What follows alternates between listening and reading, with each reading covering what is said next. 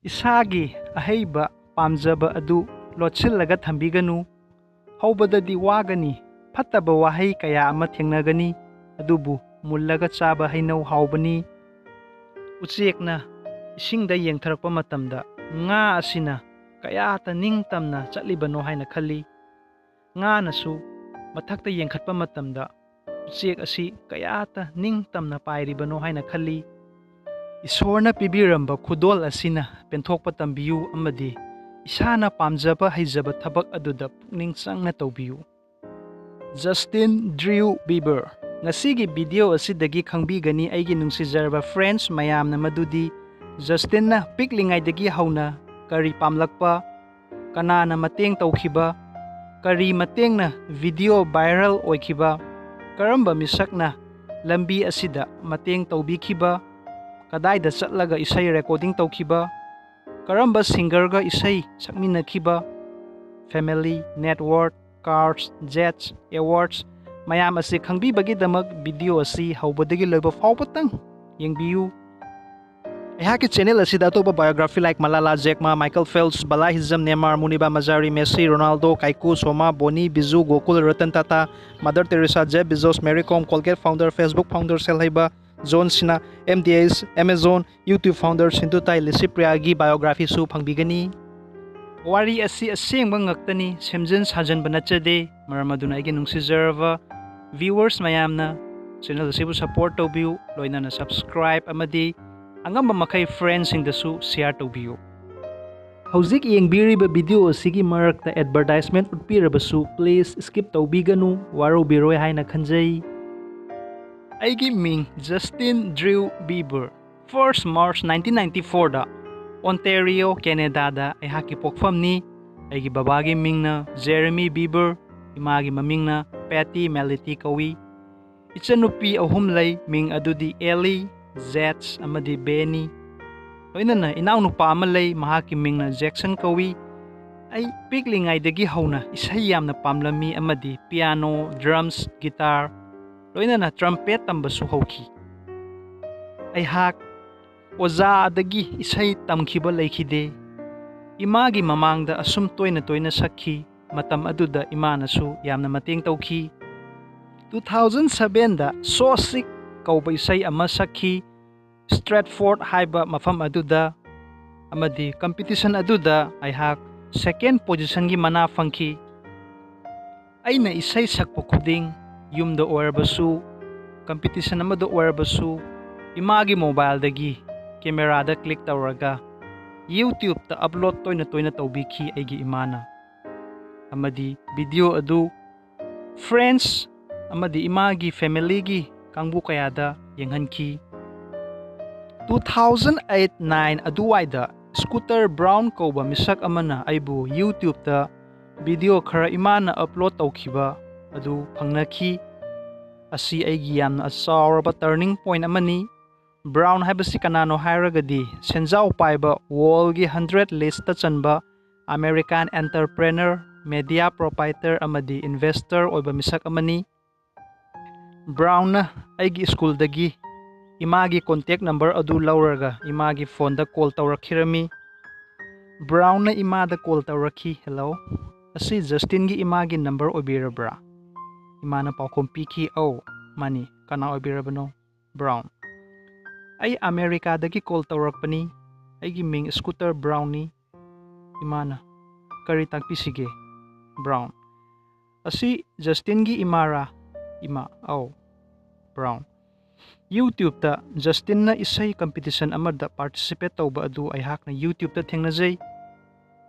Justin gi khonjel adu yamna fajay music album ama launch tawjage tawtabu America da lakpa tagani.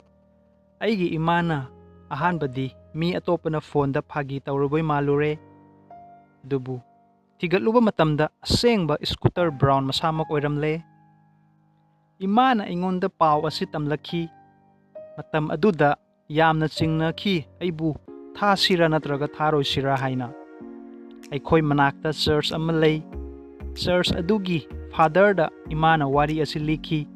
Father aduna afaba thabak asidi laibak sang yengadabani risk laudrabadi karamna mai pakani haibadagi aibu Amerikada chatpagi ayapa piki imana. Matam aduda aihak sahi 32 subata ngairi Atlanta, Georgiada isay record tawki Usar Ramon Forga. Usar haiba misak asi kanano hairagadi USA gi singer, songwriter, actor, businessman amadi dancer amani. Numit kharani gi matung Ramon Brown Media Group ta ay sign tawki. Brown ay gi manager su oiki. Ay haki ahanba album One Time Radio da launch tawki. Laibak fabadagi Canadian Hot 100 lista 12 number taki amadi US ki Billboard Hot 100 ta 17 number taki. Tapna international market ta yauki. Canada da One Time isay asina platinum. US, Australia amadi New Zealand na gold certified oiki. Mathang manaw na One Less Lonely Girl, Love Me, Favorite Girl isay asi US Billboard Hot 100 ta top 40 ki manung da chanki. Album promote tawbagi damak live show mingoy na palabada The Dome, The Next Star, The Today Show, The Wendy Williams Show, Lopez Tonight, Good Morning America, so kaya machatki ayhak. 2009 da US President Barack Obama amadi Michelle Obama gi White House Washington da Christmas celebration gi performance utki. January 18, 2010 song title Baby launch tawki. Album adu international hit oiki. US Billboard Hot 100 lista mga suba position da taki adugi matung ay haki isay khara mingoy na palagadi.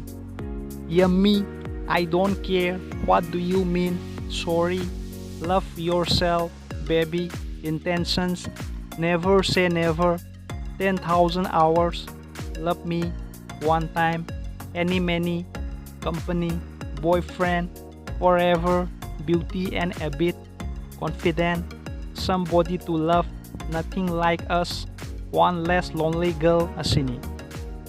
Ay hak na pangzakiba awards kara mingoy na palagadi World Best Selling Music Artist, Grammy Award, 15 American Music Awards, 20 Billboard Music Awards, 2 Brit Awards, a Latin Grammy Award, Record 21 MTV Europe Music Awards, MTV Video Music Awards sinasingbani.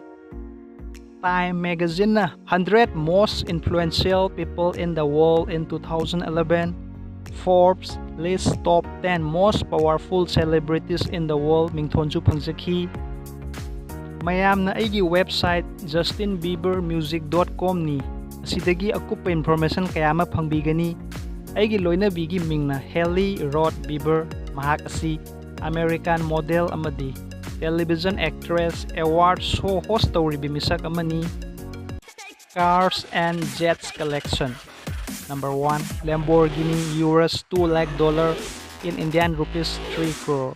Number 2, Mercedes AMG Z63 $1.5 lakh in Indian rupees 2 crore.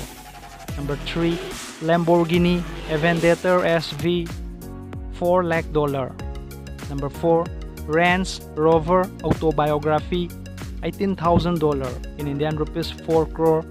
Number 5, Lamborghini Huracan $2 lakh in Indian rupees 4 crore. Number 6, Private Jet $60 million in Indian rupees 500 crore asini. Isay amada $80 million charge lauzay. Brand endorsement 21 crore. Net worth asi $265 million ni in Indian rupees 2025 crore. Beverly Hills Canada da suyum laizay $8.5 million ni in Indian rupees 80 crore. California Beverly Hills da su $8.99 million gi yum laizay. Maraktat na ay haki atopa YouTube channel RIKESH Education na Sibusu ay ginungsizara friends mayam na please support tawbiyu. Semzariwa channel asi iramdam gidamakta ay ginungsizara iramdam Manipur, Assam, Tripura, Northeast India da layriba viewers mayam na asigi video asidagi idea lawbiyu madudi. Ahanmada ishagi haizaba talent adu YouTube, Facebook, social media da upload tawraga toina thagatpiyu.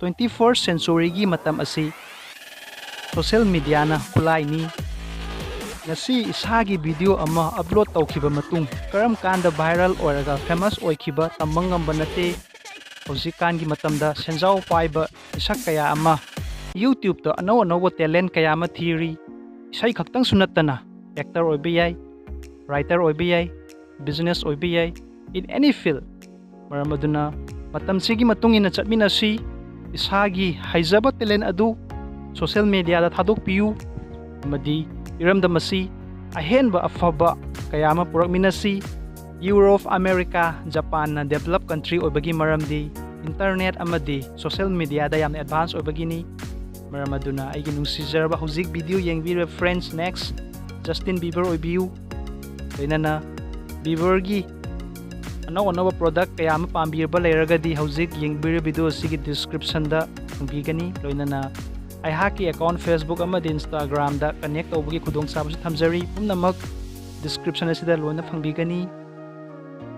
Semjariba video asi mayamgi support yamna maru oy maram aduna ay nungsijara friends mayamna video asi ngam mamakhay WhatsApp group, Instagram, Facebook group ta share tawbiu loina na mayamna nungsibidana please subscribe to tawbiu all bell button su nambiu maram di ay hak na ano ba video upload tawu kuding isagi device ta fungbigani video asi like tawbiramu amadi comments ta thambirau karamna tawpa amadi mathang kanagi biography pambiba sungsoy soydana senjarake video si hawbadagi loiba fawbatang yengbibagi damak mayambu amkhay ilaytana thagatsari. Thank you so much. Have a great day and be always a smile. Bye bye.